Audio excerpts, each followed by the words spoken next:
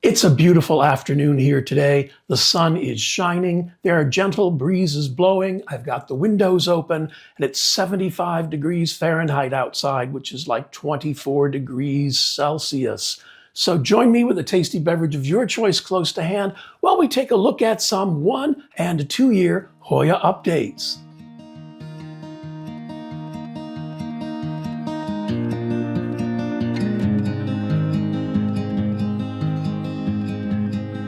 And before we get underway, I'd like to take this opportunity to send out a special thank you to Stephanie, who bought me coffees this last week. Your support for my channel is very important and goes a long way in keeping me in Hoya and Dischidia, technology and infrastructure, and all the other stuff that helps make these videos possible. So thanks to all of you.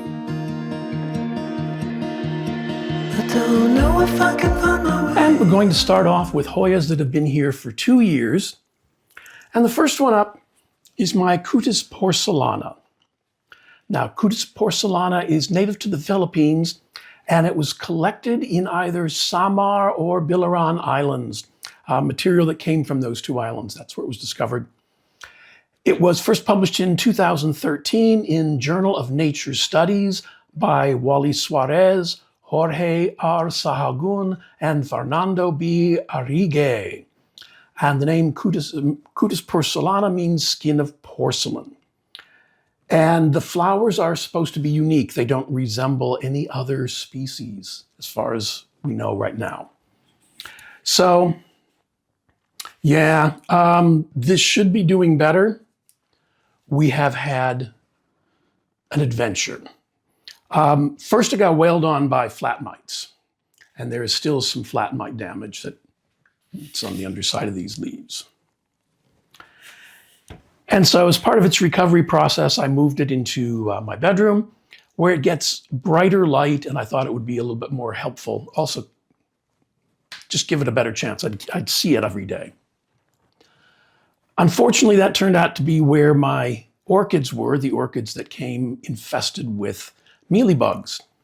So after surviving the flat mites, this one has been battling mealybugs along with 3 or 4 other Hoyas in that room.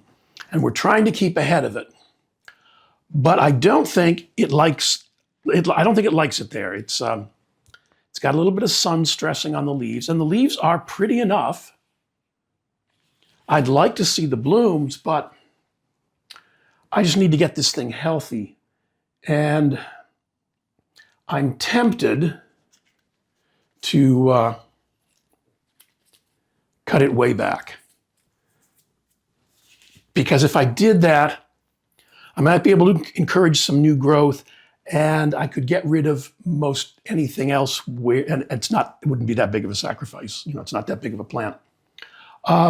So I might be able to get some new growth and get rid of the mealybug infestation and maybe start from scratch and see what we can do with that. That not coming to fruition, I may just try and find another one, because I'd really like to get this to grow. I'd really like to see the blooms.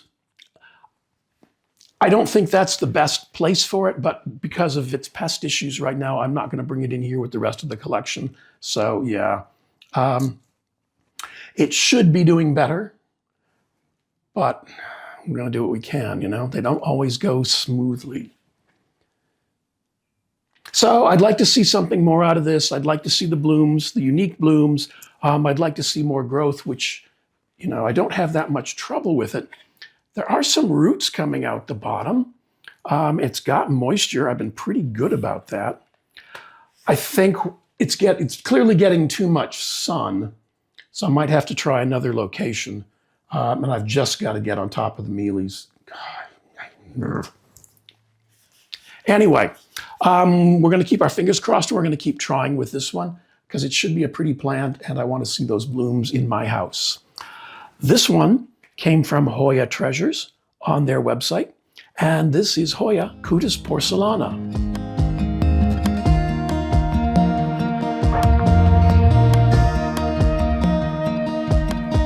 I'm stuck in a prison of doubt. In this time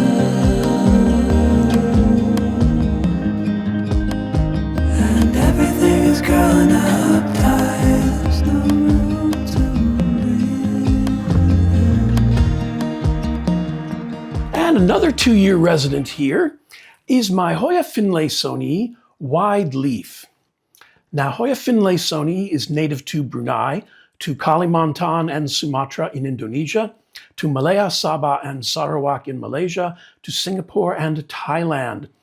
And the note on the herbarium sheet says Singapore, so that's probably where Robert White collected it. And Singapore is at the very southern tip of the Malay Peninsula. It was first published in 1834 in Contributions to the Botany of India by Robert White. And I got this to kind of use as an experiment, but in setting things up in pond, but I didn't record that video in time, and this started growing. And so I've just let it grow, and it's giving me stuff like that. And stuff like that. And just beautiful leaves, like that one in there. And it's giving me a peduncle up here, which should be blooming, and one there, and another one here. So, yeah, this is a gorgeous friggin' plant. It has typical finlaysonii style markings, but the leaves are definitely wider. So that's just very cool. I'm very pleased with this one. This one is growing in pond and in a self-watering pot, and there's a little bit of a nice little root system going on there. It lives in my southeast facing window just over here, and it is close to the window. You can see a little bit of sun stress on this leaf. And for a while, like my other finlaysonii, and I have, this is 3, finlaysonii style, that would include my calistophylla and my clemenciorum. It just sat for a little while. It didn't do much of anything. And I should have a picture of what it looked like over here on the side, because I think I was being good and taking pictures. And it did okay. It just sat, it didn't die. And I kind of just ignored it. And then it took off. It had a little bit, when I had the flat mites a few years ago, it had a little bit of an issue with the flat mites, but since then, it's been no trouble at all. And all of a sudden I looked, and this is, all of this, it had done very, very well. So yeah, it's no different than any of your other finlaysonii or calistophylla, clemenciorum, anybody in that group. It hasn't been difficult at all. It probably needs a little bit of a retrellising, but these vines are woody and very, very firm. They're not going to bend happily. So if I'm going to do that, I should do it soon, but I'll probably wait until after it blooms. Yeah. As I said, the leaves are, I hadn't said it yet, but I'm about to. The leaves are firm, bordering on rigid. The vines are woody, so it probably doesn't hold too much moisture internally. So it would probably like access to a steady supply. So self-watering would be good for this one, or you need to be on top of your watering. And yeah, it's just not been difficult at all. Plus, I think those, I already had 2 finlaysoniis. I really didn't need a third, but I think those leaves justify having, one more finlaysonii. I think that's really, really pretty. It hasn't, like I said, it hasn't given me any difficulties.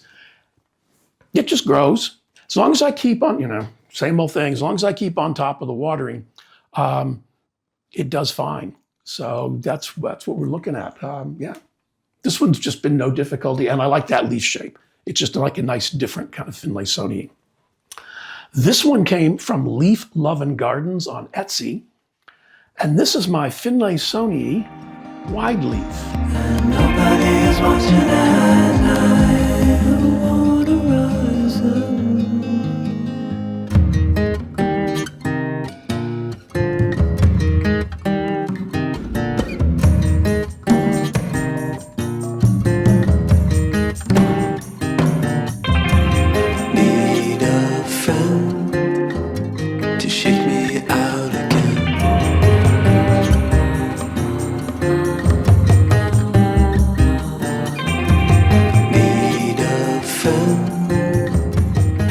Also here for 2 years is my Hoya madulidii. Now, madulidii is native to the Philippines. It was first published in 1990 in Fraterna by Dale Kloppenberg, and it said it could be related to Hoya ciliata. Matter of fact, they're all in the Oreosparte section, so ciliata and coronaria and madulidii, and the rest of them. And it was named after Dr. Domingo Madulid, who was a Filipino botanist and author. And I mean, it's growing very well. This is probably easily, well, so easy that I can perhaps do this and say, this is long plant. I can say that that is 4 feet, 122 centimeters at least. When it started growing and now you've gotten all tangled up. All right, let's figure this out. No damage. Here we go. There we go. Okay. I didn't think it would take well to being wrapped around a trellis. While the leaves have some flex to them, they didn't seem to have that much flexibility to be able to wrap around one of my optimistic trellises. So I thought, well, I'll plant it in the middle and support it all the way up. And so I did that, and it just kept going when it got to the top. So it spills over. The leaves are, make sure it doesn't get tangled up in everything and find a good leaf. Let's try this one up here. The leaves are decidedly pubescent. Medium heavy pubescent on the top and pubescent on the bottom, like a, what is that? Cow bong, globulosa. It's that kind of fuzzy on the bottom. The stems are fuzzy as well, but it's just, and it's living here in the plant room, in the Hoya room. It lives right here on the side of my desk, so it's about 2 feet or 60 centimeters from one of my grow shelves. It's living in the fallout. The leaves have a nice color. They're not bleached out or blown away. So I think it's the right, or it's close to the right light level for it. It has never bloomed. It might want, looking at it now, and we've got lots of new growth up here, which is going to be the part that gets the most light. So it might want a little bit more light than it's been getting. It's a pretty enough plant. It hasn't bloomed. It's branched a little bit. So, I really can't complain. I just wish it would. It's not terribly lush. The leaves, like I said, the leaves are pretty, but the internodal spacing is about 2.5 inches or about 6.5 centimeters. So it's kind of a little leggy. It might be less leggy if it were getting better light, but I don't quite know where to do that in here. It's like, I would have to move somebody else out of their prime location to make room for this one, and I don't know if that's entirely doable. Maybe over here, because I just readjusted one of my Sansi grow lights. So it's covering a little bit more area, and yeah. It's been no trauma, no drama, just not terribly exciting. And I have had comments from other people who say that the Oreosparte group can be, or little Oreosparte section can be a little finicky. They have more specific needs. It may be that this one's just simply not getting enough humidity, light. I have to do some more research and maybe another deep dive into this, but yeah.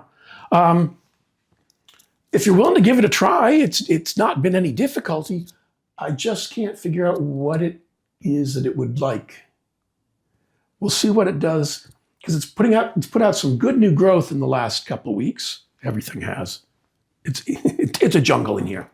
So we'll get some more humidity as the summer approaches, but that's what I can tell you about Hoya madulidii. This one came from Gardino Nursery on their website, and this is Hoya madulidii.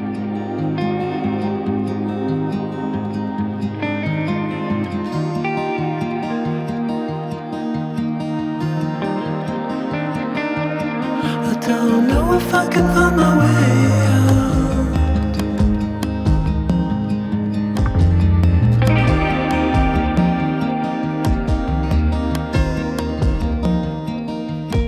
In this tiny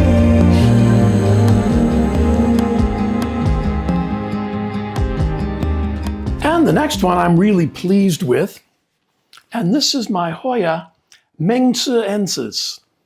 Now, mengtzeensis is native to South Yunnan and Guangxi in China and to Vietnam. That was first published in 1974 in Acta Phytotaxonomica Sinaica by Ling Xiang and Bingdao Li. And I think it might have been named after the Confucian philosopher Mencius, or Mengzi. In the West, we refer to him as Mencius, but that wasn't my call. Anyway, this one, when I ordered, it's got these gorgeous narrow leaves, absolutely beautiful. It was a short cutting, it was a decent cutting, no trouble at all. And this was the original vine. And that died back fairly quickly, and it lost most of its leaves. And I was not happy, but of course I assumed it was my fault. I think it did not like the transition into this pot. But it was still green. This stem was still green. So I moved it into an area of the house that had much more light. I kept up with the watering. I gave it good care. And then it started pushing out this new vine after about 6 months. So literally 6 months with no leaves, just that green vine right there. And then it started growing. And it's put out, it starts here and it comes up and it goes around and it's over to here and there's new growth on the tip of that. And I think it's really, really beautiful. It's ready for a full-size optimistic trellis. This one was a make-do trellis. I just needed something in there to support it while it grew. The leaves are running from petiole to tip approximately 3.5 inches or 9 centimeters, and side to side about 1/2 inch or inch 1.5 centimeters. I think the leaves are absolutely beautiful. I think that's just gorgeous. That dark green color. They have a slightly recessed, it's sort of a V-shaped leaf, so there's a recessed central rib. There's some slightly raised side veins, but you're going to need a loop to see them, so that's not why you're getting it. It's growing in my generic pond and a self-watering pot. And there is no sign of external rootage as of yet. But it's growing. It currently lives over here, underneath the lower part of my short grow shelf setup, and it's about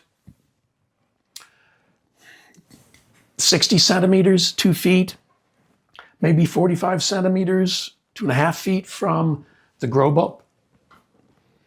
The vent for the furnace, for the heat in this room, was underneath. So this was in a fairly warm situation for most of the winter, and it grew through the winter. So it had it had nice warmth, it had good light, and it did fine. So yeah, I like this one very much. I love those leaves. I'm a sucker for that kind of leaf. And I think once I get it on a good trellis, it's going to be even prettier and probably do better. So yeah, You know, if there's green, there's hope. If you have a Hoya that's not doing well, even one that's lost all its leaves, stick with it for a while. Stick with it. As long as it's green, it might work. So, you know, don't give up too quickly. I know it can be frustrating and you just want it to be a nice plant, but stick with it because this is turning into a nice plant for me. Very happy about this one. I think I like this. This is cool. This one came from Rare Herbs Garden NJ on Etsy, and this is Hoya mengtzeensis Chunxiao 005. And everything is curling up tight.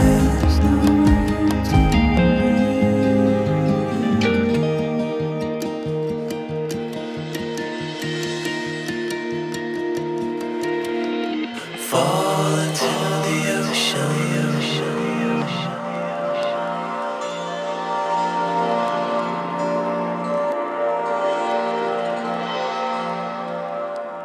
And the next one up, who's been here for 2 years, is my Hoya nicholsoniae. And this is the one formerly known as hellwigiana. Now, Hoya nicholsoniae is native to Queensland, Australia, to Papua in Indonesia, to New Caledonia, Papua New Guinea, Samoa, and the Solomon Islands. Hellwigiana is native to Papua New Guinea.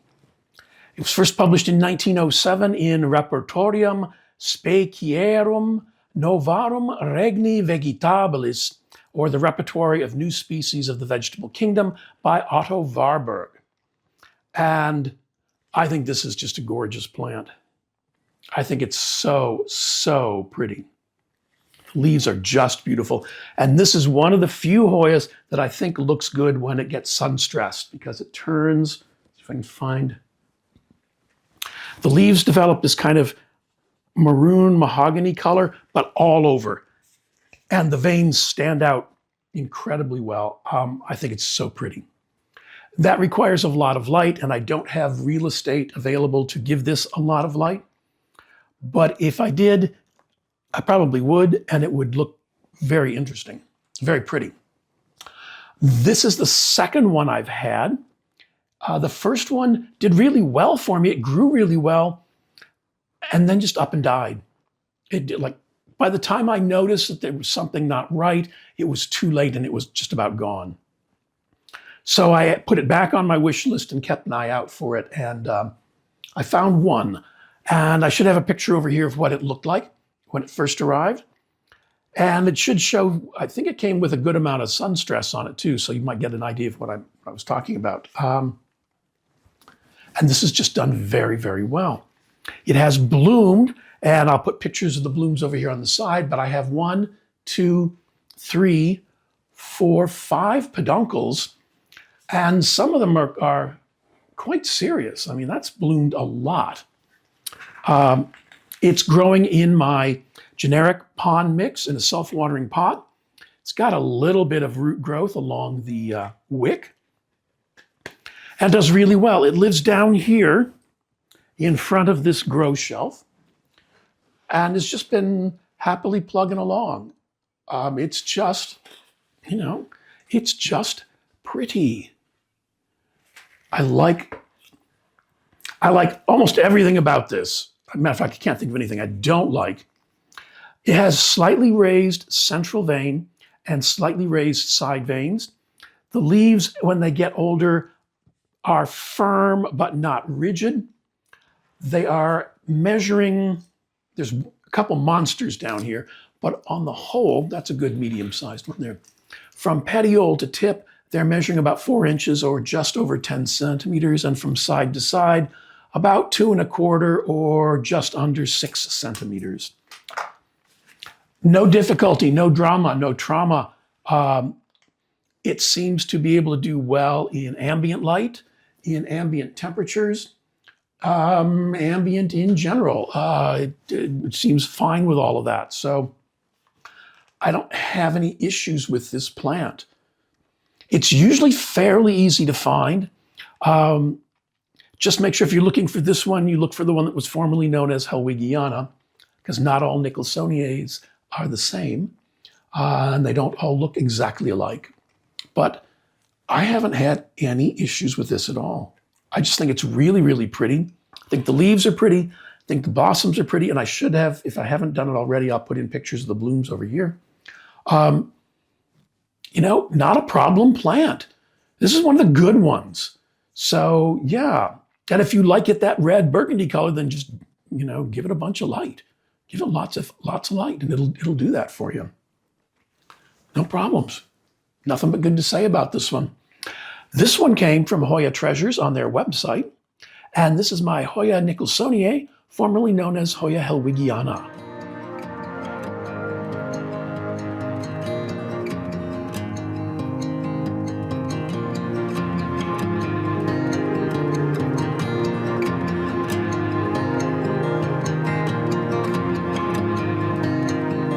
I'm reaching out, I'm reaching you now. The water is rising over me. The water is rising. It's coming. I'm reaching out, I'm reaching you now. The water is rising over me. The water is rising. And next up, some ones that have been here for just 1 year. And the first one is my Hoya chloroleuca. Now, chloroleuca is native to New Guinea. It was first published in 1913 in the Botanische Jahrbucher für Systematik, Pflanzengeschichte und Pflanzengeographie, or the Botanical Yearbooks for Systematics, Plant History, and Plant Geography by Friedrich Richard Rudolf Schlechter. And I got this one because of the blooms. They remind me of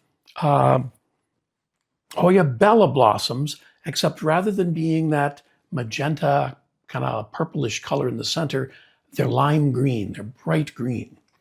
And I thought, you know, I want that. I want to see that bloom. So it took me a couple tries to get one to thrive. I started with some cuttings at first, and they did not do well. So I finally found and bought a rooted plant. It's nothing amazing in terms of the leaves. It has grown, I mean, you know, there's a lot of growth on there. My guess is that it's not quite getting exactly what it wants, because I see no signs of peduncles or any other kind of bloomage. It may want slightly more humidity, which it did not get this winter. The light seems to be okay. I mean, that's a decent, healthy looking green. I've noticed a little browning on the tips. And it may be that there's something about, because typically if the leaves are brown on the tip, it's the water. If the leaves are brown on the side, it's the watering. So it may be that it's not crazy about the water, but it's getting the same nutrient solution that everybody else gets, and I don't have that problem elsewhere. Maybe it just got a little too dry this winter. There are some roots coming out of the pot, not an insane amount of them, but there are some. So, yeah. If any of you grow chloroleuca and have had it bloom for you, let me know what it is you do or what it is it wants. Other than that, there's lots and lots of good vining growth. The internodal spacing is pretty serious, 6 inches or 15 centimeters. So yeah, it's not lush. And I may at some point try a cutting and see if I can, start it again and see if I can get a little bit different growth habit out of it. But it's done okay. It hasn't died. So we're working with that. We're working toward blooms and happy plants. So yeah, we'll see. It's slightly V-shaped leaves. There's a slightly recessed central rib and slightly raised side ribs, side veins. The leaves are flexible.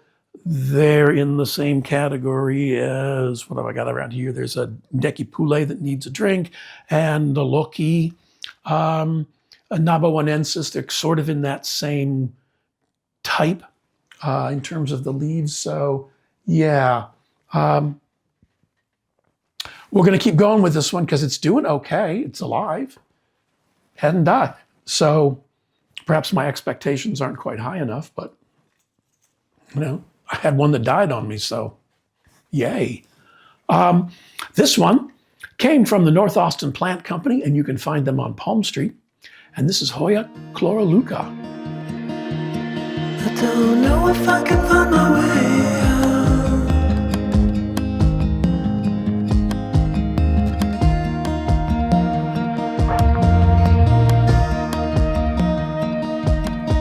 I'm stuck in a prison of doubt. In this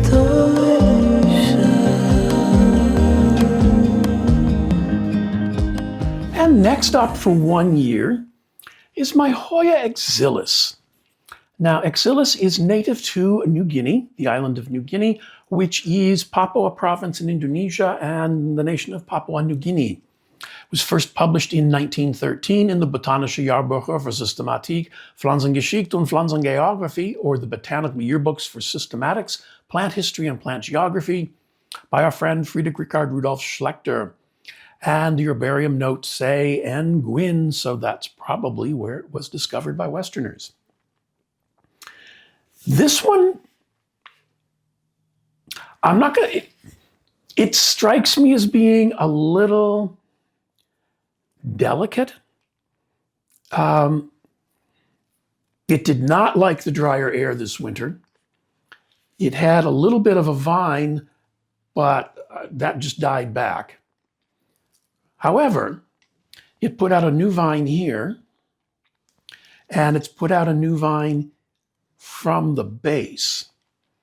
So I think it wants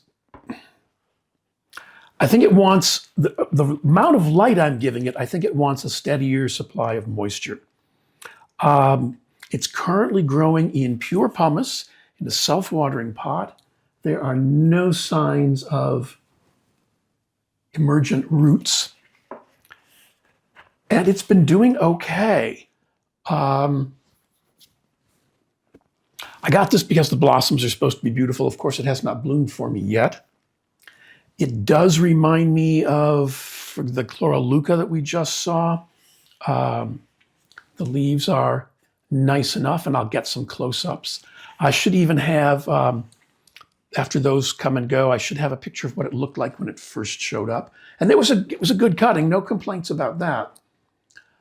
I just think it wasn't ready to travel, and I don't think it particularly likes being messed with, like being transferred from where it was established to my setup. But it's put out some new growth, and there's some new leaves on the way. I have to do a little bit of trellising with it, but we will do that and keep our fingers crossed and hope for the blooms. There's all this new growth, so I'm thinking that slightly warmer temperatures are what it's going to appreciate. Probably better humidity too, so I'll see what I can do about that.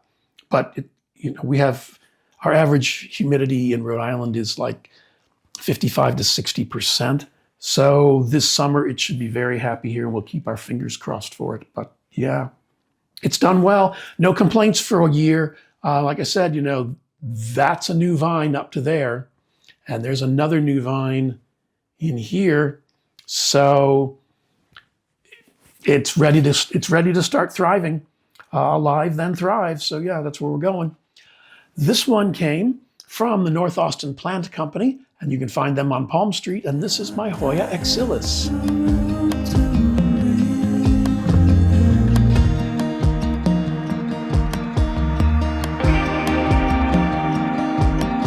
and nobody is watching at night on the horizon.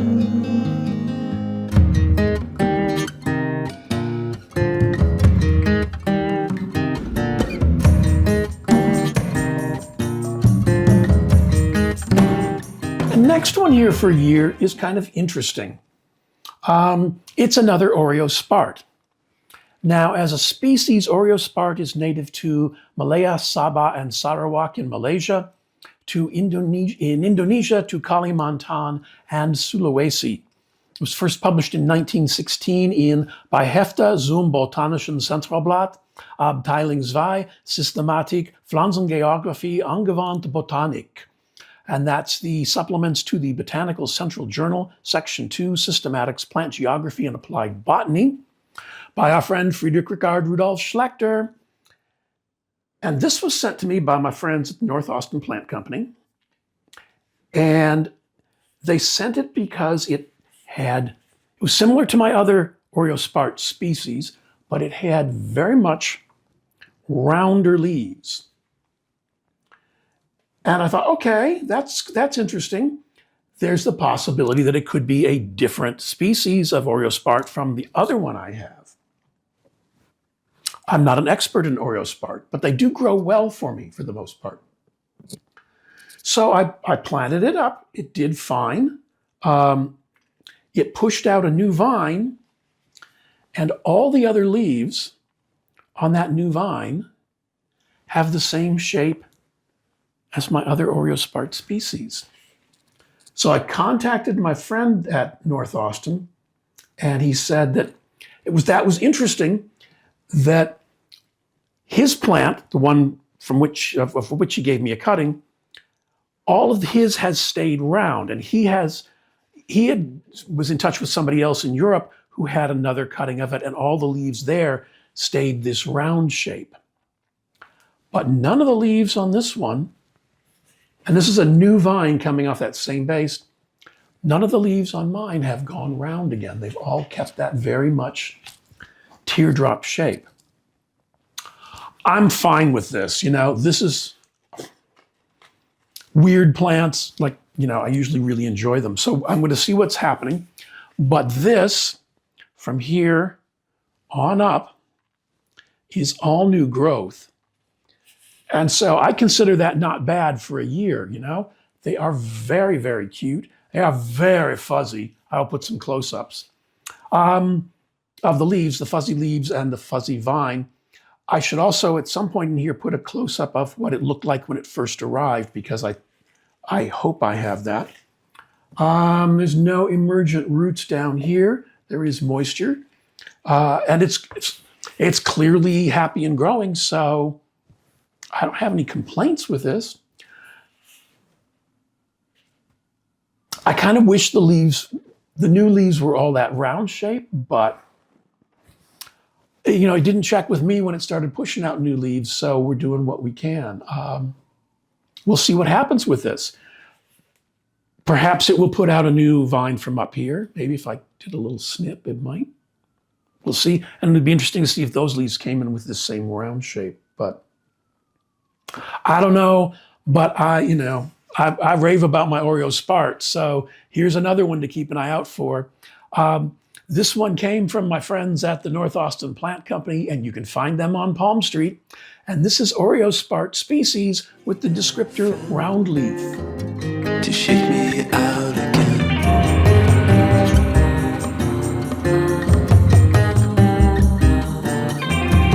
Need a friend to shake me out again.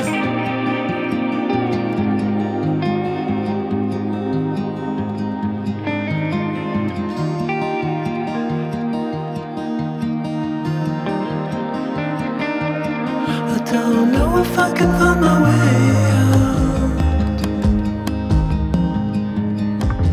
And another one here for a year is my Dischidia oiantha. Now, oiantha is native to the Philippines, and it was first published in 1904 in Fragmenta Florae Philippinae by Friedrich Richard Rudolf Schlechter. He was a busy man. And those of you who've watched the channel for a while know that I like Dischidia. They are Hoya cousins and appreciate the same kind of care. And I have several of them literally right here in front of me. I can see 2, 4, 5. And there are a few others going around here. And I never have any trouble with Dischidia. They do fine for me, except this one. I should have a picture of what it looked like when it first arrived. It clearly did not like being moved from whatever it was in to my pond and self-watering setup. There are no emergent roots. And there's been a lot of die-off on this plant, which is really weird because I have 5 Hoya or 5 Dischidia right here. And they're all doing really, really well. And this one just did not. Now there is new growth up here. The leaves are kind of pretty. They've got an outer variegation. They're succulent, so they're a little domed in the center. They're thick. They're thick because they're firm because they're plump. If you tried to bend them, I think they would snap. So don't do that stupid thing. This one just has not been happy, and I can't quite figure it out. Perhaps, my guess is that it just didn't like the move. Although it's a year, so it was here, did get here in May, maybe late April, but May. So it's not like the weather was terribly bad. It got decent care, gets the care that everybody else does. Perhaps it might appreciate more organic mix, but of the 5 Dischidia in front of me, 3 others are growing in pond. Same setup, exact same setup. Matter of fact, there's another Dischidia growing in pond right next to this one that's doing really well. It's on the front of my desk here, so it's facing my south-southeast window. So it might get a little bit of direct early morning sun, but it doesn't get any direct sunshine until after, sunshine's all done by 8:30, 9 o'clock in the morning, even through the winter. So I'm not quite sure what the story is on this one. We'll see what this is a new vine coming out here, and there's new growth on the tip of it. So we'll see what that does. See if that decides that it's happy and wants to live here. It's pretty enough. That variegation is really nice, and I'd like to see more of that. There is more variegation on the new leaves. Some of the older leaves also have some really nice variegation on them. That's okay. But as well as my other Dischidia do, this one's kind of left me wanting for more. So we're going to keep on with it and see what we can do. I just think if my suggestion would be if you like the look of this and want a Dischidia oiantha, then be prepared for what it may do, how it may react, and take note of what it's planted in when you get it, and maybe find a way to make the transition a little bit easier. I don't know. We'll keep our fingers crossed on this one. We'll keep you updated. We'll look at it in another year or so, unless it goes great guns and does something just amazing, which would be fine with me. Just fine. You're allowed to do that. You're allowed to be amazing. We accept. You're safe with me. This one came from Queen of Succulents on Etsy, and this is my Dischidia oiantha.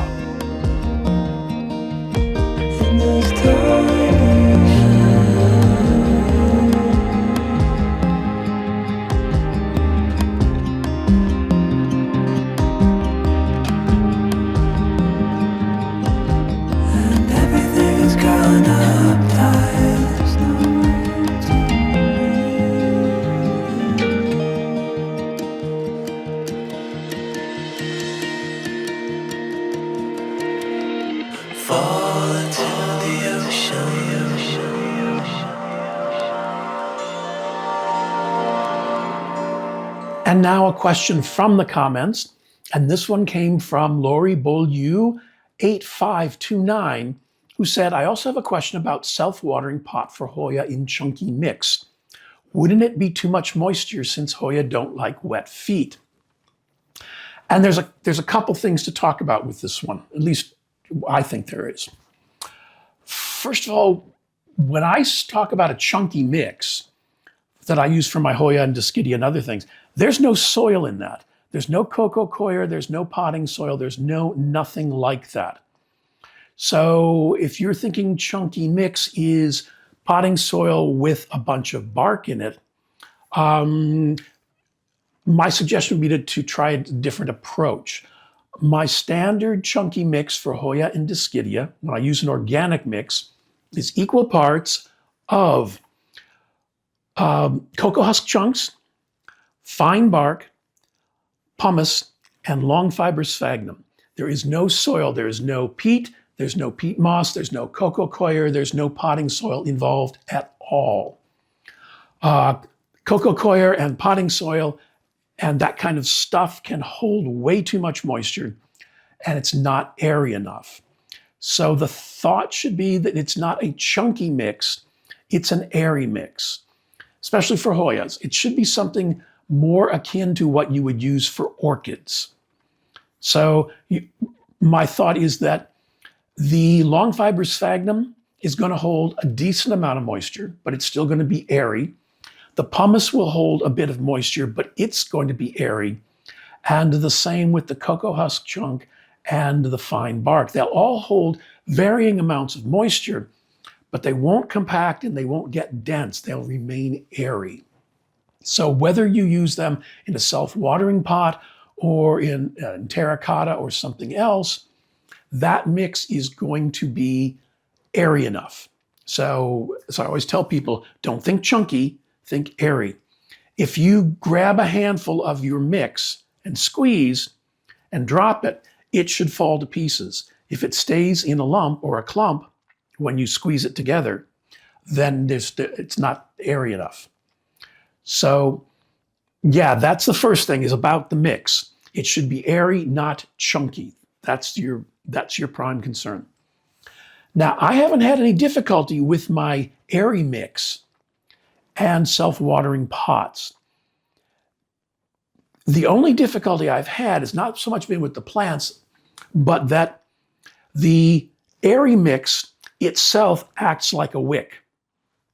So the wick will pull up moisture from the reservoir, and the airy mix will pull that moisture out of the wick.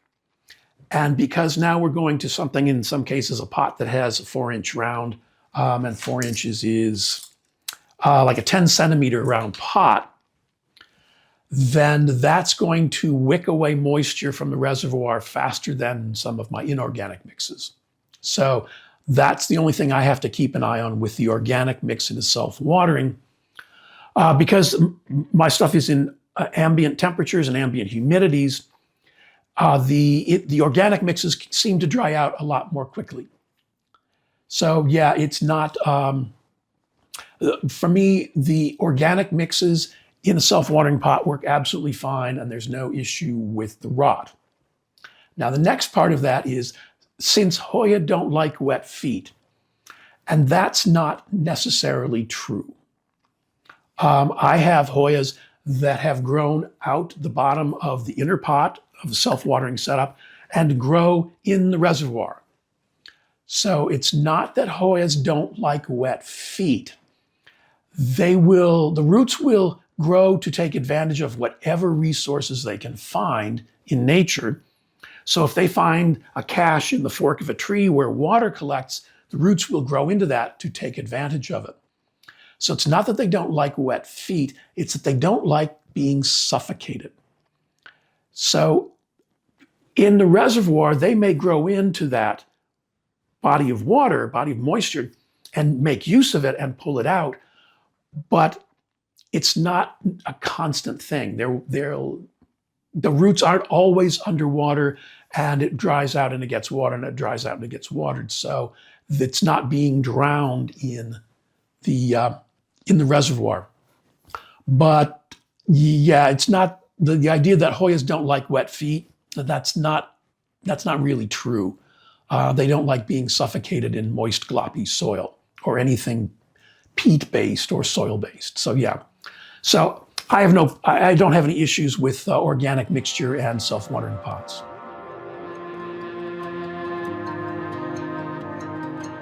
And now it's time for the question for the comments. And this one was actually posed by one of the viewers. And this one's from Amber Schmidt, 278. And the question is, what is the one Hoya you can't believe you still don't have? And it's me, so there's more than one answer.